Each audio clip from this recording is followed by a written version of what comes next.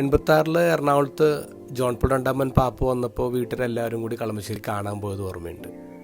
അന്ന് എനിക്ക് 8 വയസ്സേ ഉള്ളൂ.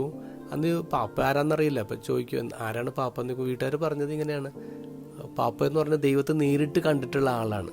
അപ്പോൾ ഞാൻ ചോദിച്ചപ്പോൾ നമുക്കാർക്കും ദൈവത്തെ നേരിട്ട് കാണാൻ പറ്റൂലേ? വീട്ടുകാർ പറഞ്ഞത് പാപ്പയെപ്പോലെ അത്ര വിശുദ്ധരായിക്കഴിഞ്ഞാൽ നമുക്കും കാണാൻ പറ്റും എന്ന് പറഞ്ഞു. അന്ന് വളരെ കൗതുകത്തോടെയാണ് ജോൺ പോൾ രണ്ടാമൻ പാപ്പയെ കണ്ടത്.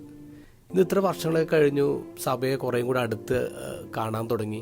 അപ്പോൾ ചിന്തകൾ കുറേയും കൂടി മാനുഷികമായി. ഇപ്പോൾ ചില ബിഷപ്പ്മാരുടെ അപ്പോയിൻമെൻറ്റ്സ് ഒക്കെ നടത്തുമ്പോൾ ചിന്തിക്കുന്നത് ഇതിനേക്കാളും മെച്ചപ്പെട്ട വേറെ ആൾക്കാരൊക്കെ ഉണ്ടായിരുന്നല്ലോ, പിന്നെ എന്താണ് ഈ അപ്പോയിൻമെൻ്റ് എന്നൊക്കെ ചിന്തിക്കും. പക്ഷേ ഇന്നത്തെ ഗോസ്പൽ നോക്കി ആരാണ് ഈ അപ്പോയിൻമെൻറ്റ് നടത്തുന്നത്? ഈശോയാണ് പത്രോസിനെ തിരഞ്ഞെടുത്തത്. ഈശോയാണ് പറഞ്ഞത് നിൻ്റെ മേലൊരു പള്ളി പണിയും താക്കോല കൊടുക്കുന്നത്. പിന്നെ പറയേണ്ട മാംസരക്തങ്ങളല്ല, സ്വർഗസ്ഥനായ പിതാവാണ് വെളിപ്പെടുത്തുന്നത്. എത്ര ക്ലിയറാണത്.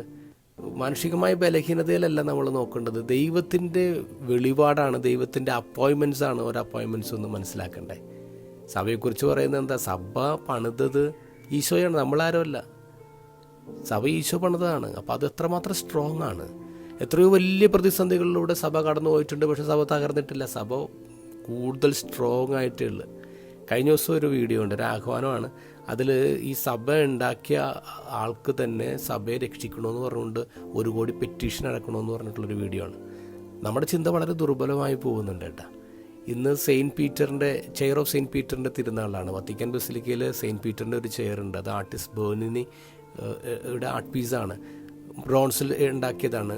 ആ ചെയറിനെ താങ്ങി നിർത്തുന്നത് 4 ചേർച്ച് ഫാദേഴ്സാണ്, ഡോക്ടേഴ്സ് ഓഫ് ദ ചേർച്ചാണ്.